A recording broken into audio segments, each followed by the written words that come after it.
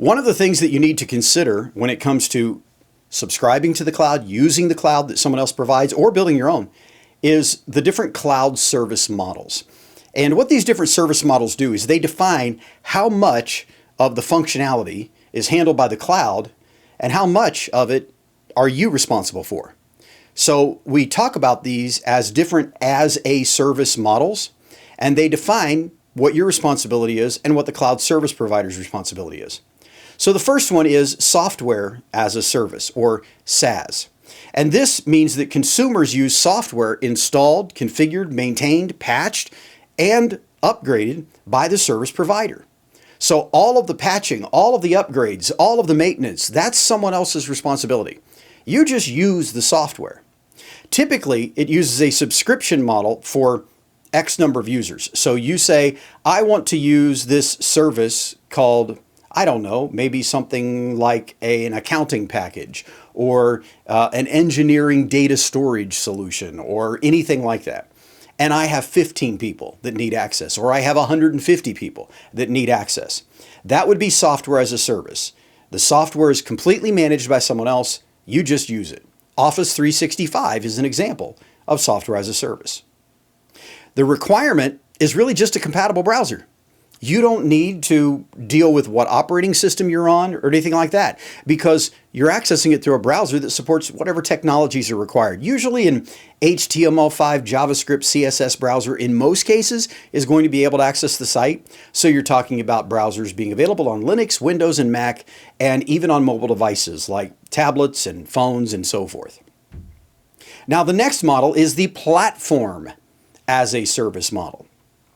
The difference between SaaS and PaaS is with SaaS, that software may be running on a platform, but the cloud provider manages all of it, the software, the platform, everything. When you deal with platform as a service, now the cloud provider provides the platform down. And by platform, I mean development environments. For example, for web apps, you have things like React and other frameworks that are often used to implement web applications, Node.js, etc. Those are frameworks, and they provide a platform. So then all you do is deploy your application that runs on top of that platform. That's platform as a service. It requires that the consumer, you, deploy applications on the already provisioned platforms.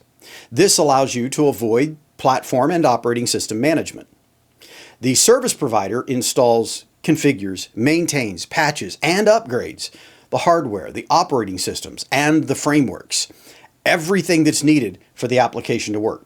Now, there are some gotchas here because you may decide to modify your application in your local dev environment such that it requires a new version of the framework, and maybe your platform as a service provider hasn't upgraded that yet. So you have to communicate with them, make sure they're providing the platform that can implement the enhanced features that you've been developing.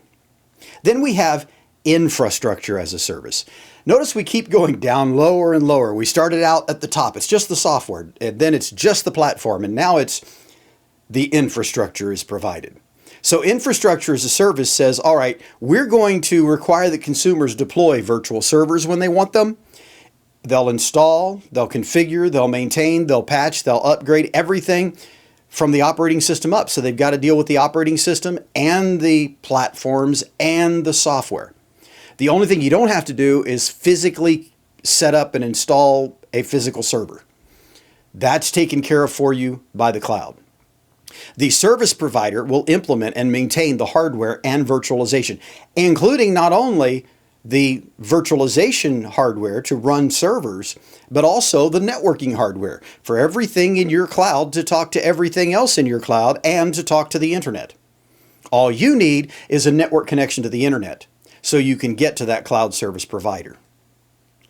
Then we have an interesting one that has come along really in the last 5 or 6 years in cloud technology, a little bit before that, but catching on largely in the last 5 to 6 years, and that's FaaS, function as a service. The consumers implement just functions, just code in the cloud without requiring that they set up the environment. So think of this like you are literally running a part or a portion or a piece of a software program. You're not even running a full software program, just a piece of it, a function, something that does something for you in the cloud. The service provider automatically provides the right environment based on the code you're running. So let me give you an example of something you might do with this. We live in this world now of large language models, right?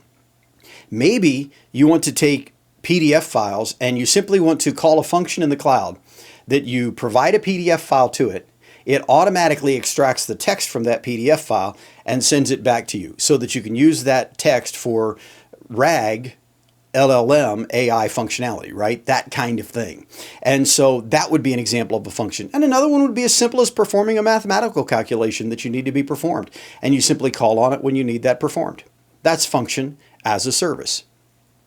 Then we have, you guessed it, we've got to have a catch-all, anything as a service. We can't really pronounce this one. It doesn't sound too pleasant when you do. But anything as a service simply says the consumers access services that vary and without awareness of the details of the implementation model, where it's at or anything like that, and they utilize it.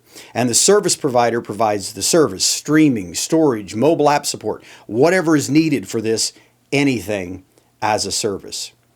So if you break it down, you've got various service models, and what they do is they constrain or focus on what does the cloud provider provide and what do you as the consumer provide. What are you responsible for supporting and what are they responsible for supporting?